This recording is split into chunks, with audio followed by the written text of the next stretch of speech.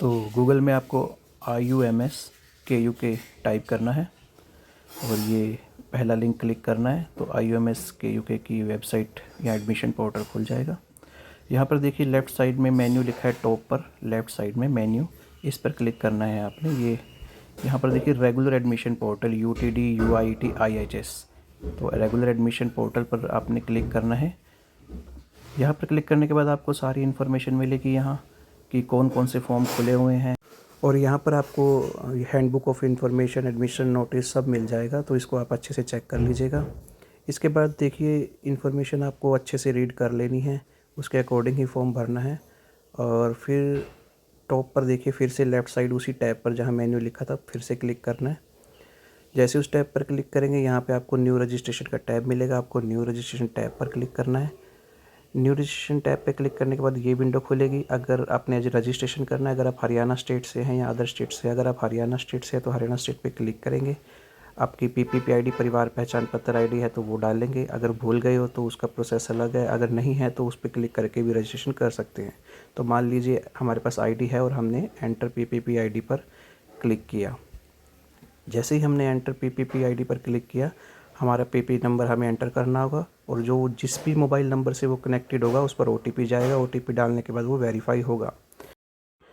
Verify होने के बाद आपको चूज़ फैमिली मेम्बर का एक ड्रॉप डाउन मिलेगा, तो आपकी फैमिलीज़ के मेंबर्स के नाम जो परिवार पहचान पत्र में वो सभी के नाम यहाँ पर आ जाएंगे। तो आप जिसका भी फॉर्म अप्लाई कर रहे हैं उसका नाम आपने यहाँ सेलेक्ट करना है, तो वो ऑटोमेटिकली फर्स्ट नेम और लास्ट नेम उसका यहाँ पर एंटर हो जाएगा। जैसे आप नेम सेलेक्ट करेंगे आपको ईमेल आईडी डालनी है, जो आपकी बच्चे की ईमेल आईडी है कैंडिडेट की, और मोबाइल नंबर, और फिर ये डालने के बाद उस पर आपको OTP आएगा ईमेल और मोबाइल पर, उसको वेरीफाई करना है। वैसे ही वेरीफाई हो जाएगा तो आपको ये कैप्चा दिया हुआ है, जो भी कैप्चा आपके पास आएगा वो आपने इसको एंटर करना है और उसके बाद आपको रजिस्टर बटन पर क्लिक करना है और रजिस्टर करते ही वो आपका फॉर्म रजिस्टर हो जाएगा और आपका एक लॉगिन आईडी और पासवर्ड जनरेट हो जाएगा।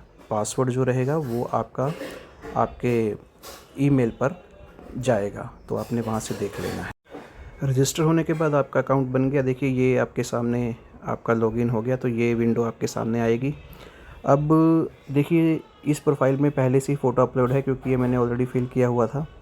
तो आपको क्या करना है कि सबसे पहले देखिए पहली इंस्ट्रक्शन भी यही है कि फॉर्म को एक्टिव करने के लिए सबसे पहले आपको फ़ोटो और सिग्नेचर अपलोड करने पड़ेंगे, क्योंकि जब तक आप फ़ोटो और सिग्नेचर अपलोड नहीं करेंगे तो नीचे जो फॉर्म आएंगे वो एक्टिव नहीं हो पाएंगे, वो स्टार्ट नहीं हो पाएंगे। तो सबसे पहले फ़ोटो और सिग्नेचर आपको अपलोड करने हैं।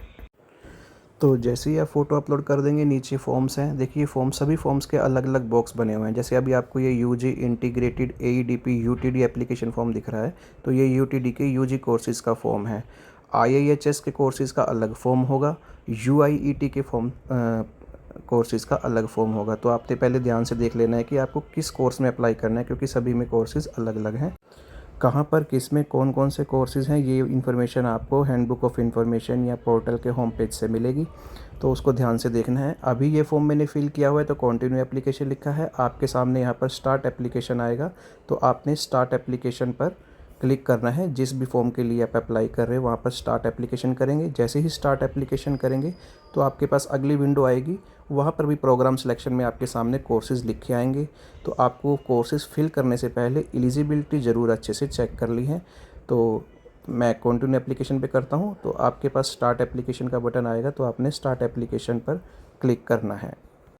तो आपके सामने ये विंडो आएगी। देखिए लेफ़्ट साइड में आपके पास टिक के निशान है, डॉट के निशान है लेफ़्ट साइड में ब्लू लाइन के अंडर में।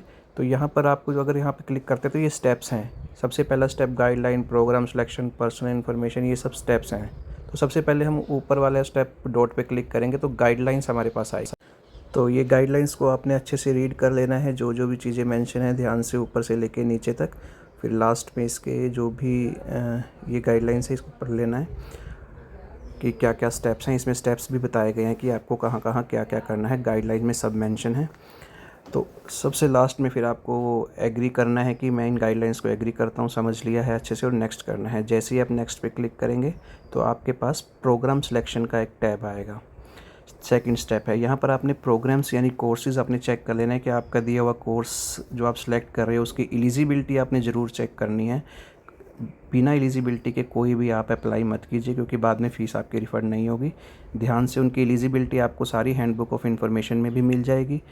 तो आपने ध्यान से अपने कोर्स को सिलेक्ट कर लेना है। सिलेक्ट करने के बाद आपको नेक्स्ट पे क्लिक करना है। स्पेशली मैं आपको बता दूं, बीए बीएड, बीएससी बीएड और ये बीकॉम बीएड जो कोर्स है 4 ईयर का, इसके लिए एक एनटीए एग्ज़ाम लेती है एनसीईटी, तो वो दिया होना ज़रूरी है, वो मैंडेटरी है। उसके बिना आप ये कोर्स नहीं कर पाएंगे। उसके लिए आपसे स्कोर मांगा भी जाएगा अंदर फॉर्म में, तो ये चीज़ का आपने ज़रूर ध्यान रखना है। और इसके बाद आपने सारी इन्फॉर्मेशन को ध्यान से फिल करना है।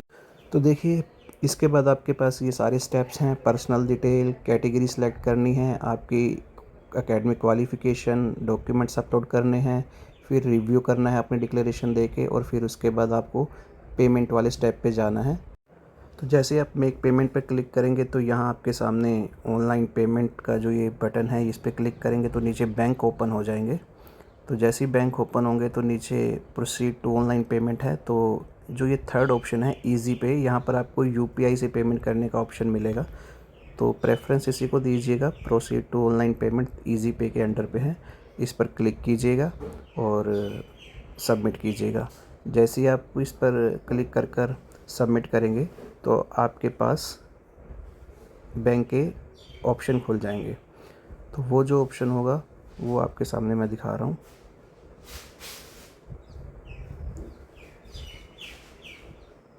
ये देखिए, यहाँ पर थर्ड पे यूपीआई ऑप्शन है, इस पर क्लिक करें। तो आपके सामने ये स्क्रीन खुलेगी। यहाँ पर देखिए क्यूआर कोड है, क्यूआर कोड जनरेट कर लीजिएगा। इस पर क्लिक करके प्रोसीड नाउ कीजिएगा तो आपके पास एक क्यूआर कोड जनरेट हो जाएगा। उस पर जाकर पेमेंट कीजिएगा और थोड़ी देर उसी पेज पे वेट कीजिए, वहीं आपकी स्लिप जनरेट हो जाएगी। तो ये सब फॉर्म फिल करने के बाद अगर आप कभी दोबारा लॉगिन करना चाहे तो आप ऑलरेडी रजिस्टर्ड में जाकर लॉगिन कर सकते हैं। ईमेल आईडी आपका यूज़र नेम होगा, पासवर्ड आपके ईमेल पर आया होगा, उसको यूज़ करना है। आप उसे चेंज भी कर सकते हैं। Thank you.